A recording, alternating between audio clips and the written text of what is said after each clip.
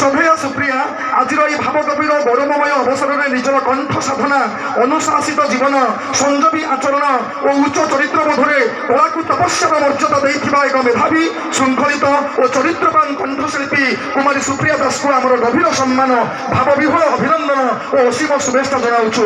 আপনার কণ্ঠ কেবল স্বর ও তালর সমন্বয় নুহে, ଏହା ଏକ ସଂସ୍କାରିତ ଆତ୍ମାର ଉଚ୍ଚାରଣ, ଏକ ସଂଯମୀ ଚରିତ୍ରର ନିର୍ମଳ ପ୍ରତିଧ୍ୱନି, ଦୀର୍ଘଦିନର ସାଧନା, ନିରବ ତ୍ୟାଗ ଓ ଶୃଙ୍ଖଳିତ ଜୀବନର ଫଳ ରୂପେ ଆପଣଙ୍କ କଣ୍ଠ ନିଃସୃତ ସ୍ୱର ମନକୁ ଶାନ୍ତ କରେ, ହୃଦୟକୁ ପବିତ୍ର କରେ ଓ ଆତ୍ମାକୁ ଉଦ୍ଦୀପିତ କରେ। ମେଧା ଓ ସଂଯମର ସୁସମ୍ମିଳନ ଆପଣଙ୍କ କଳାକୁ ଦୀର୍ଘାୟୁ କରିଛି। ଆପଣଙ୍କ ଜୀବନ ଓ କଳା ଏକାକାର ହୋଇ ସୁରରେ ନୀତି, ଗାନରେ ଶିଷ୍ଟାଚାର ଓ ଉପସ୍ଥାପନାରେ ମର୍ଯ୍ୟାଦାକୁ ପ୍ରତିଷ୍ଠିତ କରିଛି। ଏହି କାରଣରୁ ଆପଣ କେବଳ ଏକ କଳାକାର ନୁହେଁ, ବରଂ ଆଗାମୀ ପିଢ଼ି ପାଇଁ ଏକ ଜୀବନ୍ତ ଆଦର୍ଶ। ଆପଣଙ୍କର ସ୍ୱର ସାଧନାରେ ଭକ୍ତିର ଶ୍ରଦ୍ଧା, ଶାସ୍ତ୍ରୀୟ ଗଭୀରତା ଓ ଲୋକ ସଂସ୍କୃତିର ସ୍ୱାଭାବିକ ସୌନ୍ଦର୍ଯ୍ୟ ଏକାତ୍ମ ହୋଇ ଶ୍ରୋତାମାନଙ୍କ ହୃଦୟରେ ସ୍ୱତନ୍ତ୍ର ସ୍ୱକୀୟତା ଛାଡ଼ିଛି। ଆପଣଙ୍କ କଣ୍ଠର ସ୍ପନ୍ଦନ ଅନେକ ମନରେ ଆଶା ଯୋଗାଇଛି, ଅନେକ କ୍ଳାନ୍ତ ହୃଦୟକୁ ନୂତନ ସ୍ଫୁରଣ ଦେଇଛି। ଏହି ଗୌରବମୟ ଅବସରରେ ଆମେ ଆଶା କରୁଛୁ ଆପଣ ଆପଣଙ୍କ କଳାକୁ ସଦା ସଂଯମ, ସତ୍ୟ ଓ ସାଧନାର ପଥରେ ଅଗ୍ରସର କରି ସୁରକୁ ସେବାରେ, ସ୍ୱରକୁ ସଂସ୍କାରରେ ଓ କଳାକୁ ମାନବତାରେ ପରିଣତ କରିବେ।